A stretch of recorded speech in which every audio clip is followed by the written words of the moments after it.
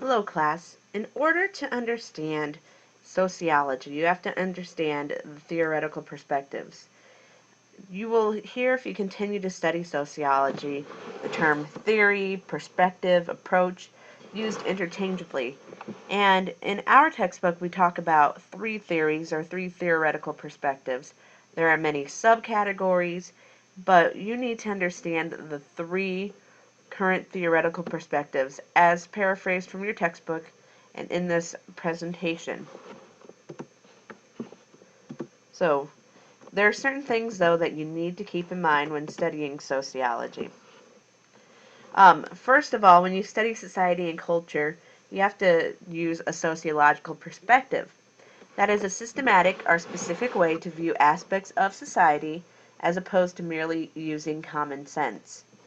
And so it's the idea that even though we're talking about something that is maybe not a hard science but a soft science, when we discuss sociology, it is still a science. And you cannot just use common sense when you look at these different societies that you maybe are encountering as a sociologist. Next term is sociological imagination. That is the ability to connect our personal lives to the larger world. And so, an example of this would be the idea that if somebody in your life recently graduated from high school or from college and are joining the workforce, that is a big step in their personal lives, but at the same time, that is something that's very important to the society as a whole. Whenever you add more employees to the workforce, that means that it will impact society and economy. Cultural relativism. That's the idea that culture should not be compared to each other but judged by their own standards. If you have ever traveled to another country, you've experienced what is called culture shock, probably, because it tends to be when you go to a place that's unlike your home country, that the culture there is very different. Now, if you were to compare that culture to yours, then you would find that that culture just seems kind of strange to you. Yet, at the same time, sociologists understand that to the people who live within that culture, within that society, it isn't that weird. And so you have to keep cultural relativism in mind when studying sociology. And finally, ethnocentrism is something that you need to avoid. Okay, this is seeing one's own cultural group as superior to others. Now, granted, everybody has their own culture, and they choose to belong to that culture even when they're adults, most of the time anyway, because they see value in it. But that doesn't mean that as a sociologist that you go around thinking that your group is superior to others. This is something to avoid, and it relates back to cultural relativism. Now, I have some pictures here that represent some of the ideas discussed here, and they're somewhat comical. Alright, right here we have a picture. If you're just using common sense, you may think that this is a photograph of someone from the 1960s in a yearbook. But actually, it is a photoshopped picture of a college student from the 2000s put into the picture of somebody from the 1960s. So it's photoshopped. Using common sense would say, oh, they're from the 1960s. Using sociological perspective, you study, you figure out it's photoshopped, you realize that it's more than common sense when analyzing this picture. This is Billy Ray Cyrus. He was part of a cultural group in the United States in country music that thought that the mullet was fashionable in the late 80s and early 90s. Nowadays, when people see someone with a mullet, they think that they're trying to make a joke or that they are strange. So cultural relativism isn't just about place, but it's also about time. You have to judge the culture he belonged to on its own merits. And this relates to the idea of sociological imagination. This event is a high school graduation, and the student happened to be going on to the workforce after high school. And so she impacted society by becoming a full-time employee and contributing her tax dollars. Let's continue on to our next slide. Alright, students, you only have to copy the underlined information. Current theoretical perspectives. The functionalist perspective is based on the ideas of Comte, Spencer, Durkheim. That is the idea that society is a set of interrelated parts that work together to produce a stable social system. Each part of society has a function, and those functions are related to each other. When it becomes dysfunctional, society does not work properly. A manifest function would be the intended and recognized consequence of an element of society, whereas the latent function is the unintended and unrecognized consequence of an element of society. Please pause the video if you need more time to copy this information. I have a photograph here. This was a selfie before selfies were popular. And in this photograph, I was a college student at the time. I was wearing sunglasses. Now, granted, this is not an element of society, but it works for an example here. The manifest function of sunglasses is to keep sun and UV rays out of a person's eyes. The latent function is that people look really cool when they're wearing sweet shades. And so, there is both a manifest function and a latent function to sunglasses. There's a manifest function and a latent function to having the newest sports car. And so, just different things like that. Different parts of society have intended and recognized consequences, but sometimes they have that unintended unrecognized consequence. But really, people notice that as well. Okay, so that's the functionalist perspective. Oh, and there is a picture of Comte, one of the early functionalists. I'm sorry, that's not Comte, that's Spencer. Alright, that's Herbert Spencer. I apologize. Okay, the conflict perspective. This is the guy whose ideas shaped the conflict perspective.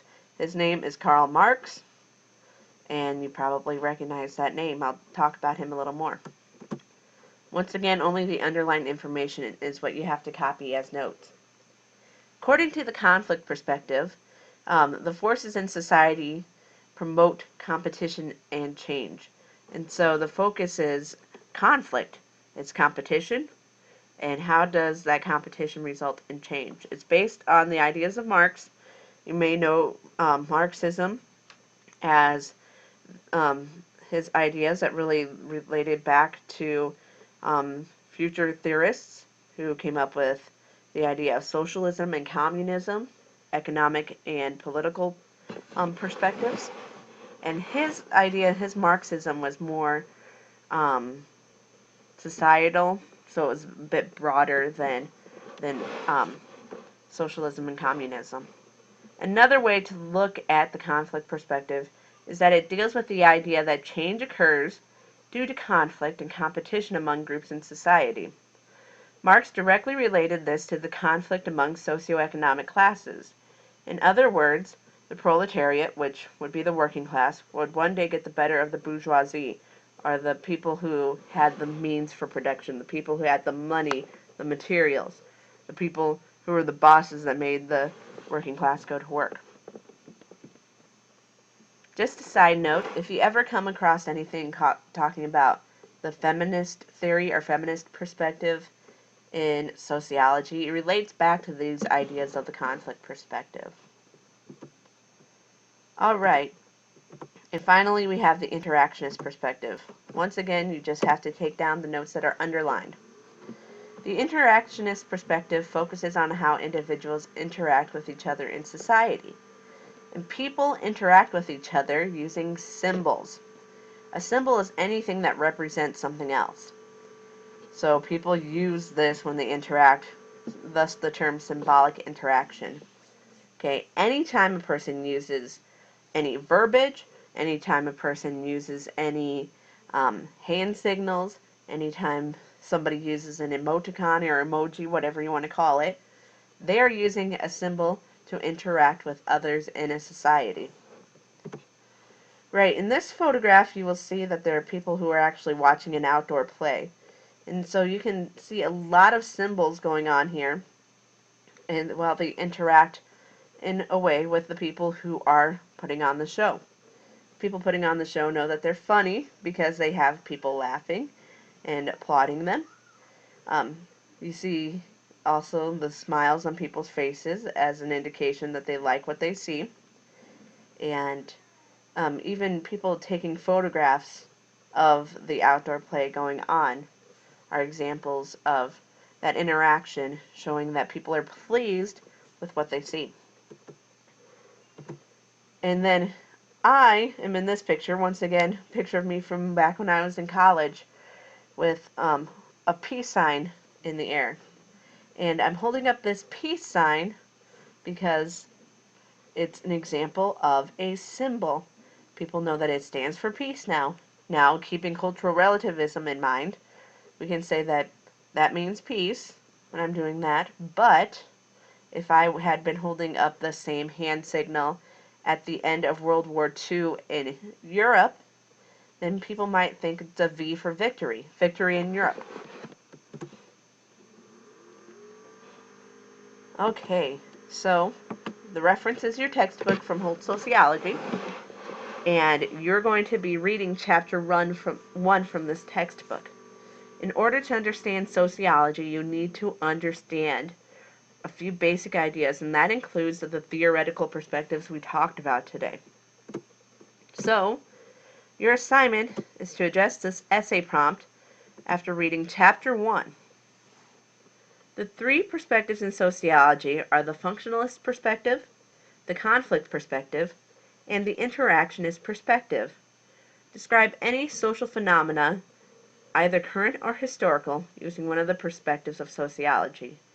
These are just examples that you can find using your textbook, that you can find on the internet, that you maybe know about already. But I want you to write an essay. We'll say about a 3-paragraph essay, an intro, a body paragraph, and a conclusion. The 3 paragraphs tops is all you need. So these are just examples, though, that you can use. The 9/11 attacks in the World Trade Centers, Hurricane Katrina, Rodney King riots. Those are examples that are fairly modern, but are still, maybe not the newest that you could look at. You could talk about other things that have happened more recently in history. You can talk about the wars in Iraq and Afghanistan. You can talk about the beheadings by ISIS. Whatever, just something. It could be historical, it could be current, but an example of like a pretty big social phenomena, and explain it from one of those 3 perspectives. If you can explain it from one of those 3 perspectives, then I will know that you understand sociology from different theoretical perspectives. Thank you for watching this lecture today, and make sure that you get your essay turned in by tomorrow.